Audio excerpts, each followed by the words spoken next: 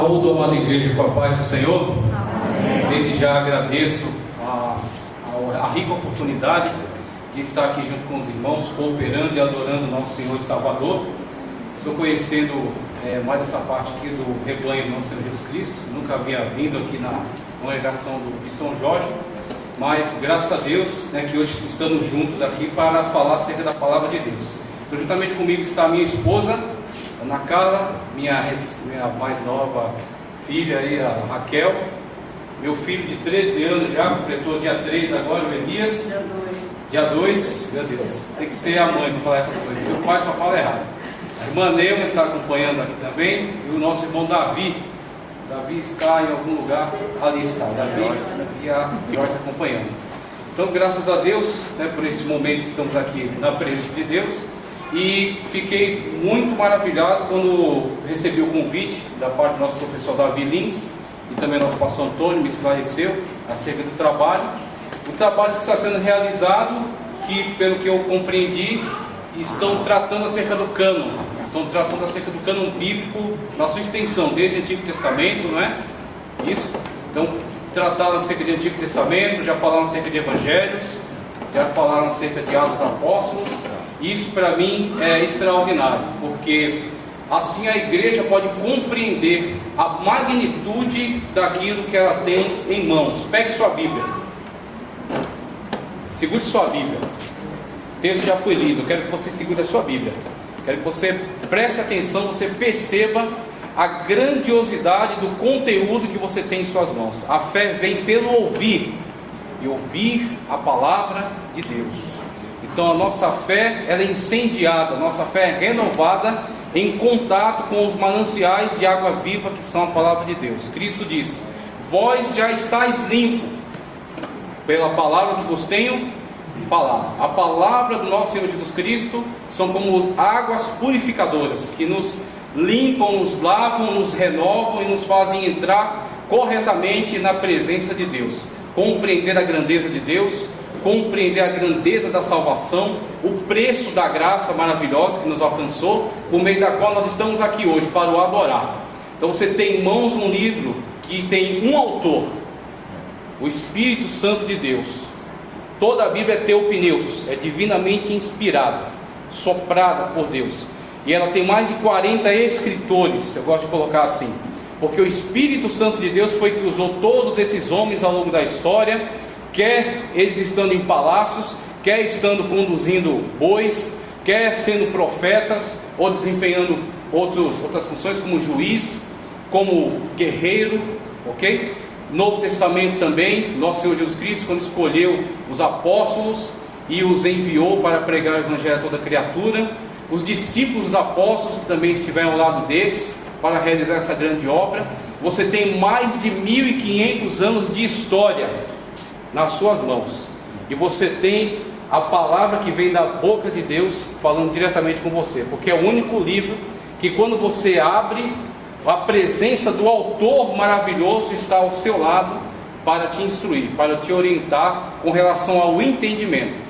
Porque mesmo acadêmicos, e você tem a alta crítica textual, que produziu tanta crítica em relação aos textos bíblicos, e que tem tanta capacidade de ciência, tanta capacidade de análise, que tem tanta capacidade técnica, todavia eles não tiveram encontro com a pessoa maravilhosa do Senhor Jesus Cristo, que é revelado por meio das páginas dessa escritura.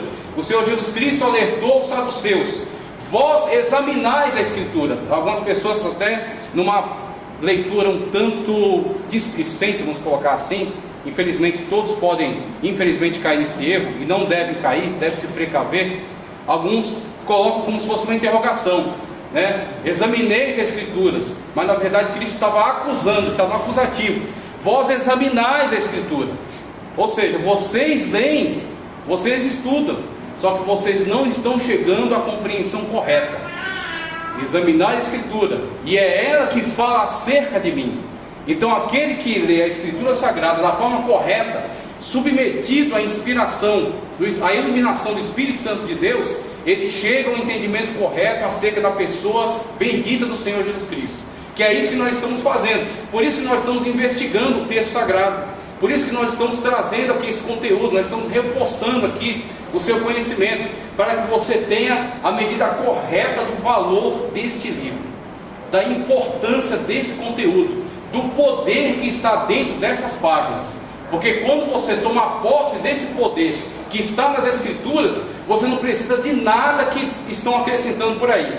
Então estão trazendo tantas, uma espécie de uma nova unção, ou unção do apóstolo tal, ou diversas peripécias aí que têm sido feitas pelas igrejas pseudo-evangélicas, de rosa ungida, de vale do sal, de 318 não sei o que, e vender mesmo usar R$500, e investir no talite, que é aquele lençolzinho lá que os rabinos vestem, aquele bonezinho engraçado, redondo, o kippá, e tocar uma cornetinha engraçada também, o shofar. Por que tudo isso? Por que toda essa distorção? Por que toda essa ilusão, esse auto-engano?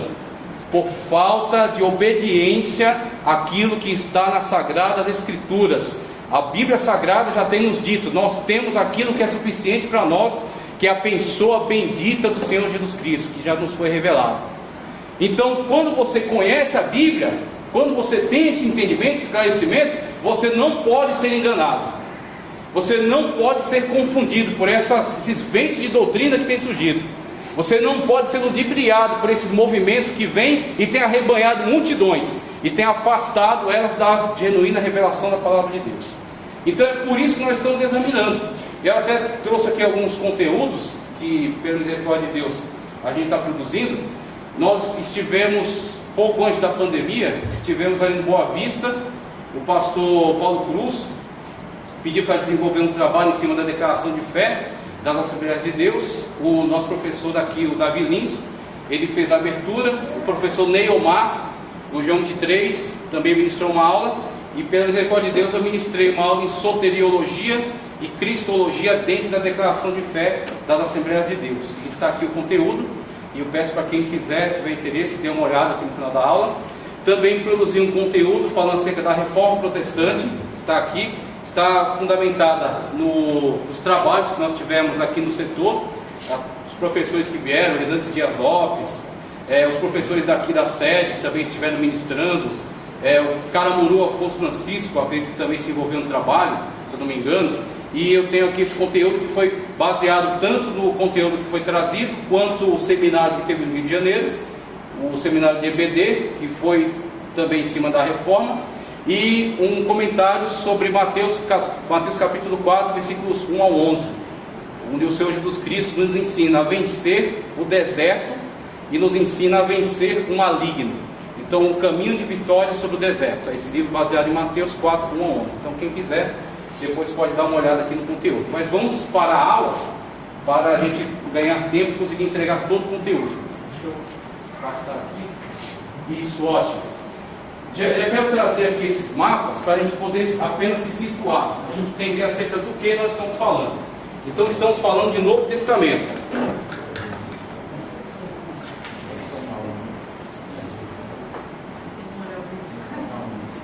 Estamos falando de Novo Testamento. A Bíblia Sagrada do Antigo Testamento foi escrita em hebraico. Passado algum tempo, os judeus, em 586, foram levados para a Babilônia em cativeiro sob Nabucodonosor. Lá eles não falavam em hebraico, lá eles aprenderam o aramaico, devido à circunstância que estavam naquele território em cativeiro. Ao retornar de lá, você já tem o hebraico, que é a língua dos textos bíblicos, e você tem o aramaico, que é a língua que o povo se acostumou a falar. Caindo depois os babilônicos, vieram os persas. Caindo os persas, vieram o Império Grego de Alexandre Magno, o Império Macedônio. Com o Império de Alexandre Magno veio o idioma, a internacionalização do idioma grego. Então, quando o Império domina, ele impõe a sua língua, ele impõe a sua cultura. E aí, com essa imposição de Alexandre Magno, através da expansão do seu império, o idioma grego se tornou um idioma de comércio internacional. Foram fundadas cidades para a difusão da cultura grega, onde você tinha um teatro, tinha um anfiteatro, e tinha também algumas instituições importantes do mundo grego que difundiam a cultura, difundiam o comércio, difundiam a língua. Então você tem uma internacionalização do idioma grego, e é por isso que eu mostrei esse mapa. A Grécia ali, ó. Quem quiser comprar uma passagem vai lá passear, que é muito bonito. Atenas, Corinto, aqui ao sul. E a partir daqui, Alexandre foi conquistando todas essas terras. Aqui é o Egito, aqui é a Palestina, onde está Israel. Aqui é onde está o Líbano, que aconteceu aquela situação, onde teve aquela explosão. Turquia, tá certo? E aqui você vai, Iraque, Irã, o Eufrates e o Tigre estão aqui, ó. E aqui você vai, Índia, Pérsia, por aí vai. Então conquistaram todas essas terras e impuseram sua cultura e seu idioma, o idioma grego. Aí nós já somamos o hebraico dos textos antigos, o aramaico da língua comum e agora também o grego para poder se relacionar internacionalmente, fazer comércio e andar por essas terras. Então estou explicando isso porque vai ser útil para entendermos, como falamos acerca das cartas, que é o nosso objetivo. Passado, aqui nós temos o Império Romano. Então, uma vez que cai o Império de Alexandre Magno, surge, por volta de 30 a.C., mais ou menos, surge o Império Romano. 63 a.C., o Império Romano se expande, derruba o Império Macedônico e impõe agora como império. Eles, diferentemente do Império Macedônico, eles não têm tanto interesse na divulgação cultural, porque eles julgam que a cultura grega é muito avançada. Então Roma, ele absorve para si a cultura grega e ele impõe as suas leis. Aí onde entra a chamada Pax Romana, que é a legislação romana governando sobre todos os povos.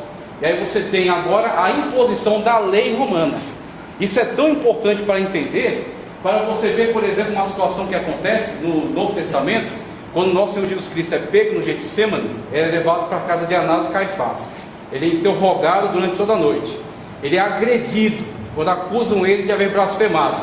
E eles o agridem durante toda a madrugada. Todavia eles não o matam. Se estava no poder deles, e eles eram a autoridade religiosa da época, por que eles não matam? Por que eles não aplicam a sentença final e matam o nosso Senhor Jesus Cristo? Porque eles estavam debaixo da chamada Pax Romana. Então a Roma tinha um devido processo legal. É através da cultura romana que o mundo ocidental ele começa a absorver esse âmbito jurídico.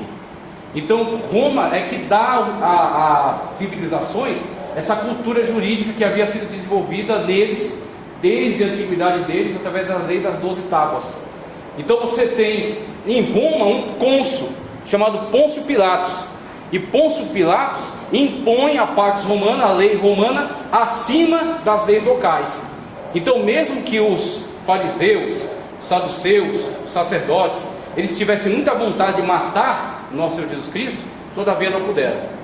O agrediram, o interrogaram, o acusaram falsamente, cuspiram, bateram no seu rosto, por mim e por você, como ele passou ali por nós, todos esses flagelos, mas não mataram. Quando chegou, amanheceu, eles foram até o cônsul, foram até Pôncio Pilatos, e a acusação que eles colocaram para Pôncio Pilatos não era de Jesus Cristo ser um herege, ter se levantado contra a lei de Moisés, porque isso não interessa para o mundo romano. Isso não seria motivo para alguém ser morto. Qual é a acusação diante de Pôncio Pilatos? Ele está se levantando em sedição, ou seja, ele está se levantando contra o Império Romano, dizendo ser o rei dos judeus. Então para Roma isso é interessante. Se ele era herege, se ele estava contra a lei de Moisés, para Roma isso pouco importa. Roma é política. Então se eles mantêm o domínio político e recebem os impostos, para eles faça o que quiser, tenha o Deus que você quiser. Os deuses das nações eles incorporavam no culto deles. Eles tinham um grande panteão de deuses, onde eles tinham Deus de todas as nações. Então para eles pouco importava. Então as autoridades religiosas, sabendo disso, qual é a acusação? Ele está se levantando contra Roma. Inclusive aquela cínica afirmação: nós somos amigos de César. Você vai ter que ficar lá. Nessa situação, eles acusam o Senhor Jesus Cristo de estar se levantando contra o Império Romano, como se ele tivesse o interesse, de tomar o poder, de tomar o governo. E aonde Pôncio Pilatos faz aquela pergunta para Cristo, Cristo responde a ele, ele diz: não sabes que eu tenho poder para te soltar, se eu quiser? E o Senhor Jesus Cristo trata de posicioná-lo acerca de qual é a sua real situação histórica. Ele fala: nenhum poder teria sobre mim se do céu não fosse te dado. Meu reino não é deste mundo, que se o fosse, meu Pai enviaria seus anjos para me resgatar. Então, o Senhor Jesus Cristo deixa claro que o reino de Deus não está delimitado por fronteiras humanas, não está limitado aos governos humanos. O reino de Deus está sobre tudo isso, está além de tudo isso. Mas isso serve para nós entendermos o contexto da época. Você tem, por que as cartas, sendo escritas por autores judeus, estão em grego? Por que os documentos mais antigos do Novo Testamento estão em grego? Evangelhos, por exemplo, existe uma teoria de que Mateus pode ter sido escrito em aramaico, mas não há comprovações. Os textos mais antigos que temos do Novo Testamento estão em grego. Então, por que isso? Porque tanto o Novo Testamento, os Evangelhos, quanto as cartas e o Apocalipse foram escritos para ter máxima divulgação. E como é que eles teriam máxima divulgação se fossem escritos numa língua que está limitada a um pequeno número de povo? Se escrevesse em hebraico, somente os eruditos poderiam ler, porque o povo como não lia mais em hebraico. Somente os fariseus que estudavam, os sacerdotes tinham acesso, os escribas principalmente, que eram os copistas da lei, tinham acesso. Então o hebraico ficou uma língua mais erudita, relegado aos textos bíblicos e àqueles que tinham essa capacidade técnica de compreensão. Se escrevesse em aramaico, iria alcançar uma parte maior da população que se alfabetizou. Inclusive os judeus tinham muito apreço pela cultura, pela alfabetização. Se numa cidade tivessem 10 homens, ali teria que ter uma sinagoga, para se ter um ensino básico, pelo menos para aprender a ler, escrever e poder ler alguns textos nas festas. Então você tem, se escrevesse em aramaico, ia alcançar um público um pouco maior, mas ainda assim restrito. Escrevendo em grego, eles alcançam todo aquele perímetro que estava debaixo da Pax Romana, e as cidades até que estavam além daquele domínio romano. Então por isso que você tem toda essa estratégia que, a meu ver, é um sinal da poderosa mão de Deus conduzindo a história. Você tem aqui a Pax Romana, por exemplo, outro benefício que ela trouxe para a divulgação das cartas e para as viagens missionárias. Antes dessa ascensão de Roma, da Pax Romana, você tinha um mundo extremamente fragmentado em pequenos reinos. Israel foi assim, a Grécia foi assim, as cidades-estado de Atenas, de Esparta, tá certo? De Troia foi assim, a Caia, diversas cidades-estado. Então, quando você tinha essa situação geopolítica de cidades-estado, quando você entra numa cidade, tudo bem, você conseguiu autorização, você está lá pregando. Só que para você se locomover dessa cidade para outra, vai ter todo um transtorno de conseguir autorização para poder fazer esse movimento. Porque se você não fosse autorizado, você rapidamente ia ser morto, ia ser caçado. Agora, quando você tem todas essas terras unificadas debaixo do Império Romano, na Pax Romana, não interessa para onde você for, tudo aquilo é administração romana. E aí você tem uma outra situação que eu não consigo ver senão como um mistério, uma revelação do poder e da sabedoria de Deus. Quando ele levanta Paulo, os demais apóstolos ficaram um tempo ali trabalhando dentro do perímetro do mundo judaico, os cristãos judeus.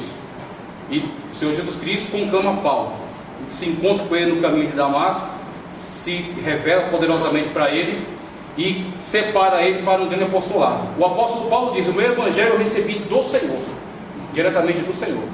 E quando Cristo envia Paulo, Paulo tem algumas condições que são peculiares, são singulares. Paulo, ele é conhecedor profundo da lei, ele tinha contato junto aos fariseus, tanto que recebeu uma carta branca para perseguir os cristãos em outras cidades. E onde ele chegava numa sinagoga, ele tinha abertura para ir até lá e para ensinar, era convidado para ensinar. Ele nasceu numa cidade chamada Tarsis, que era ao sul aqui, do que hoje chama Turquia, que era uma cidade que por não ter resistido à dominação romana, os cidadãos ali foram premiados com o título de cidadãos romanos. Quando o Império Romano se expandiu, para conseguir mais dinheiro, você tinha situações que foram criadas por ele, onde você poderia comprar a cidadania romana. Se você nascesse numa cidade considerada romana, você já nascia com esse título, era de nascimento. Mas se você nascesse fora do Império Romano e quisesse adquirir essas vantagens, você comprava. Aí onde entra aquela situação na qual Paulo estava preso, foi preso indevidamente, foi espancado sem o devido processo legal, tentam soltar ele na surdina e ele exige que as autoridades venham até lá, para ser solto pelos procônsulos ali da região, porque ele é um cidadão romano.